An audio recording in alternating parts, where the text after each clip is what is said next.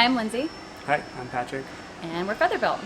We've been around since late 2019, and this is our most recent build.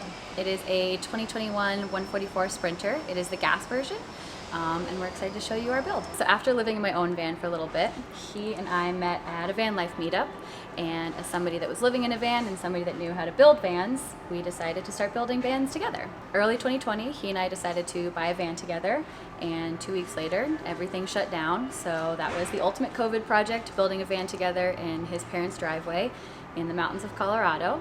And then once we finished that van, we opened up a shop in Denver, and we've been doing it together ever since. So let's go check it out.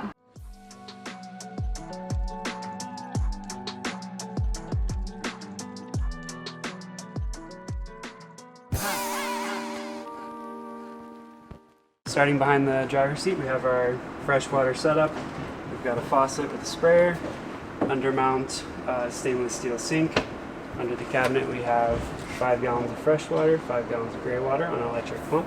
The switch on the side. In the middle we have our 3-drawer cabinet with our top drawer for things like utensils. The middle would be pots and pans. For a 2-burner propane stove, propane stored underneath the sink cabinet. Right behind the stove is the T-vent window for ventilation while you're cooking. Underneath the cabinet we've got some task lighting, and then lifting overhead cabinets for more storage.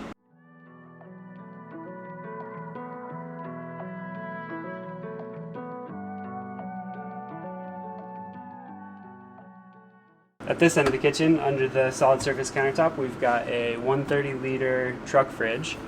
So on the inside it's got room for a couple 6-packs, couple days worth of groceries at least, and a little freezer compartment where you can make ice and hold your popsicles. So in the 144, we wanted to incorporate as much seating as possible.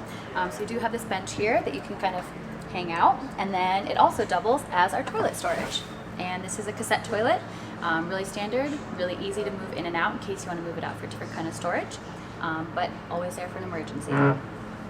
As you can see, we also have a lagoon table mount, and so I can be sitting here getting some work done, or I can have somebody sitting here and we're able to eat dinner together.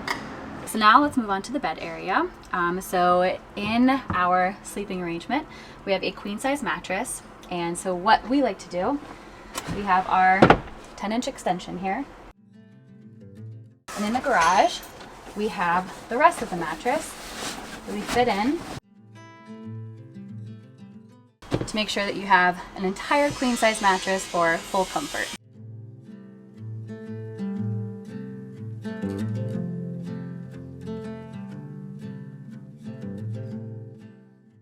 So with the full bed extension, this does make this a standard queen size mattress.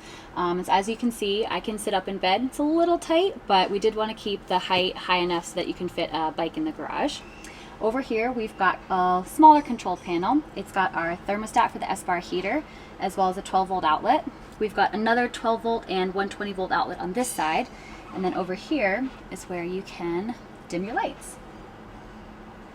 Also in the bed area, we've got 2 C.R. Lawrence sliding windows back here for some ventilation, as well as our max fan.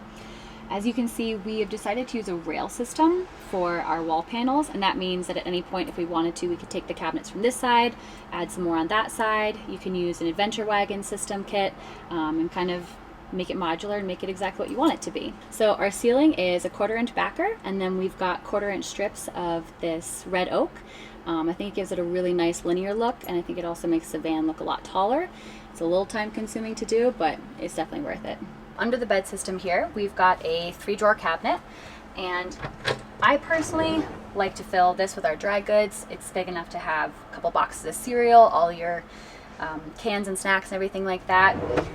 And this bottom one, great for backpacks, shoes, clothing storage, and kind of anything else you might want to put in a closet or have easy access to. So if you do need more storage, we have built this headliner shelf over the seating area here.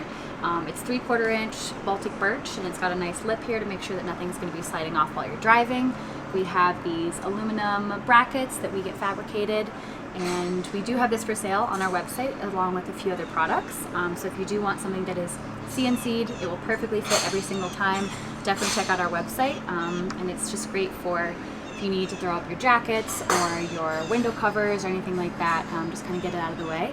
And luckily, I can still fit underneath.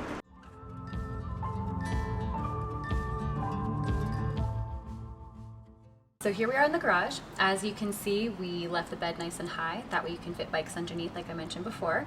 It's about 36, 37 inches under here. We kind of left that space a little open so you can slide your bikes in. We've also put cargo drawers in here. You can fit your climbing gear, you can fit skis. We've put a rear door shower over here. Plenty of opportunity to make it exactly what you want. On this side, we've got our electrical system. So we have shore power, and then we've got alternator charging. On the roof, we've got 340 watts of solar, and then in here we've got 200 amp hours of lithium batteries and a 2000 watt inverter. Thanks for checking us out at Featherbilt. Yeah, thanks for coming on this van tour with us. You can find us online at featherbilt.com or Instagram feather_built. And we hope to see you on the road someday. I hope you enjoyed that video. If you hadn't noticed, we do sell an ebook for how to convert a van. It has over 190 pages of detailed instructions and diagrams, also 25 video tutorials which are specifically for the ebook buyer. Creating a van for many people is obviously a really intimidating project, but I really believe, and I've seen it time and time and time again, that with the right information, anyone can turn out with a pretty decent van conversion. So check the link in the description, subscribe to the channel if you are not already, and drop us a comment if you like this video. Thanks for watching, and we'll see you next week.